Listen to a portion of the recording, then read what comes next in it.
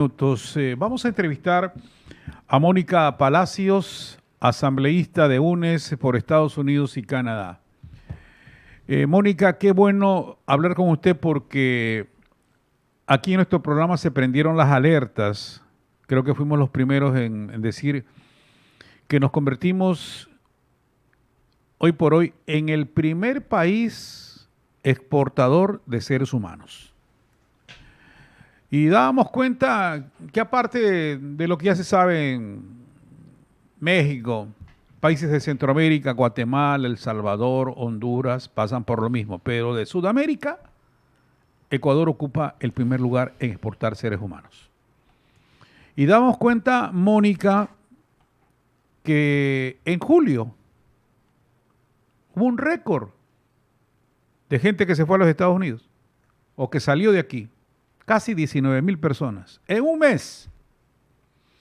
Y que la suma ya pasa a los 80,000. Y que la mitad, Mónica Palacios, se quedó en los Estados Unidos. Entonces nosotros analizamos un poco la situación. Pero ¿por qué se está yendo la gente? Porque hay libertad de mercado, hay un nuevo gobierno, hay de esto la oportunidad de poder trabajar, etcétera, etcétera. Yo quisiera que usted, Mónica Palacios, desde esa otra orilla, nos dé a conocer qué es lo que piensa usted, qué es lo que piensa la gente estando en los Estados Unidos, la gente que viaja, ¿por qué se está yendo la gente? Mónica, bienvenida a la WQ. Muy buenos días. Muchísimas gracias, William. Un placer estarles acompañando la mañana de hoy. Pues el problema principal que tenemos en el Ecuador, pues que no hay una reactivación económica por parte del Ejecutivo. Tenemos un decrecimiento del 5.4%, el peor en los últimos 20 años. Tuvimos 2 millones de ecuatorianos que fueron expulsados de su patria durante el feriado bancario y ahí tuvimos un decrecimiento del 4.5%. Eso es lo que está pasando. Hasta este momento el Ejecutivo no cumple con las promesas que dijo, especialmente para la gente en la ruralidad. Prometió préstamos al 1% 30 años, también prometió pues subir el salario mínimo básico a $500. Y solamente para hablar un poco de los datos, tenemos 110,000 ecuatorianos que han salido en el Ecuador en los últimos 8 meses. Tenemos 70,000 ecuatorianos que no han vuelto al Ecuador. Tenemos también 20,000 deportados en el mes de julio desde los Estados Unidos y México. Y también, y lo más penoso es que tenemos 400 niñas y adolescentes que no han vuelto al Ecuador tampoco en el mes de julio. ¿Cuál es la diferencia entre esta oleada migratoria y la primera de 1999-2000? Es que se están utilizando a los niños, niñas y adolescentes como pasaporte de entrada en los Estados Unidos.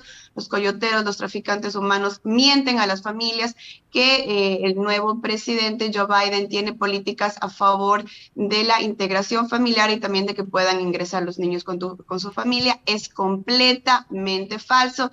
Debemos recordar que Joe Biden fue el vicepresidente de Barack Obama. Barack Obama fue el presidente que más deportó latinos en la historia de los Estados Unidos. Estas mismas políticas las continuó Donald Trump y en este momento pues tenemos el título número 42 en los cuales los migrantes ya no tienen derecho, si efectivamente logran cruzar la frontera a los Estados Unidos, de ver a un abogado de migración o a un juez, sino son inmediatamente deportados a la frontera. Ya ni siquiera son deportados en este caso al Ecuador, sino les dejan en Ciudad Juárez y de ahí tienen que ver cómo vuelven a pasar, se quedan sin dinero, niños y adolescentes en las calles. Es terrible la situación que está pasando en este momento nuestros ecuatorianos. Pero Mónica, al quedar en Ciudad Juárez, ya no deportarlos a la ciudad de origen, está también el hecho de que vuelvan a intentarlo. Es decir, hay casos de una persona, por ejemplo, al sexto intento logró conectarse ya con los Estados Unidos y ahora vive allí. El dejar en frontera, no se corre ese peligro que retornen nuevamente, que busquen el mecanismo para entrar a los Estados Unidos.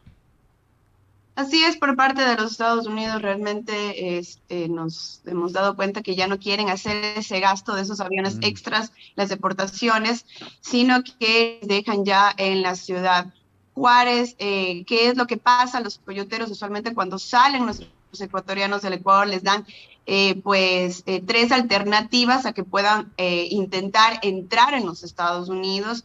Pero la mayoría de veces, y lo que pasa usualmente es que en el primer intento, si no logran pasar, a veces les ayudan a pasar otra vez, pero ya la segunda vez y la tercera vez es bastante difícil, así que ellos esperan a que los familiares del Ecuador les den algún dinero para poder ver qué otro coyote les puede ayudar a pasar, así que se quedan varados en México por meses y meses seguidos, y ese es el problema que hemos tenido con la Cancillería ecuatoriana, porque no ha estado haciendo deportaciones rápidas. Le quiero decir que el gobierno de México sí ha estado queriendo ayudar a nuestros ecuatorianos y lo ha estado haciendo sí efectivamente, pagando los vuelos de deportación al Ecuador. Pero ¿qué es lo que pasa? El gobierno actual no ha querido recibir aviones llenos de ecuatorianos, supuestamente diciendo por problemas de salud. Eso es completamente falso, porque del gobierno de México se están haciendo todas las respectivas pruebas PCR, vacunaciones si es necesarias para que la gente pueda venir, pero lo que sabemos es que no han querido recibir los aviones con ecuatorianos para que no sepan acá en territorio qué es lo que está pasando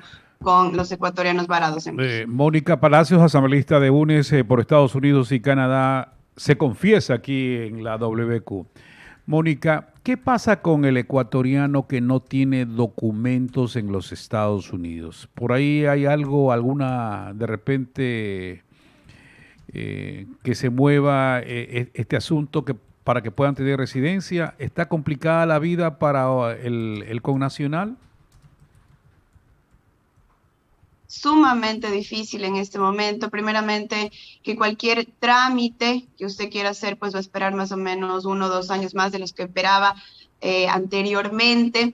Si usted llega efectivamente con la residencia, usted tiene algún pariente o se casó o está haciendo algún trámite de migración, pero la mayoría de nuestros migrantes entran por la frontera, entran de forma pues indocumentada. Eso quiere decir que pues se van a tardar años si es de alguna manera que van a regularizar sus papeles, muy difícil. Bajo la Constitución de los Estados Unidos, las personas indocumentadas no tienen derecho a salud, vivienda ni trabajo digno, así que se vuelven pues esclavos del sistema y no pueden volver al Ecuador nunca más, así que es un problema gravísimo en el cual en este momento ya tenemos 50% de nuestros ecuatorianos en el exterior que son indocumentados, especialmente en los Estados Unidos. Ya, ¿y ahí qué hace, por ejemplo, consulados? ¿Cómo les ayuda al ecuatoriano? Porque también las quejas continúan, a veces se agudiza el tema, porque sienten que no tienen un respaldo, que es como que no les ayudan, es como que no los protegen y se ven desamparados. ¿Qué pasa con el ecuatoriano en los Estados Unidos? Estimado William, en este momento tenemos el acuerdo ministerial de la Cancillería 036, que suben un 500% los aranceles consulares. Entonces, por ejemplo, si antes pagábamos por un testamento $100, en este momento estamos pagando $550.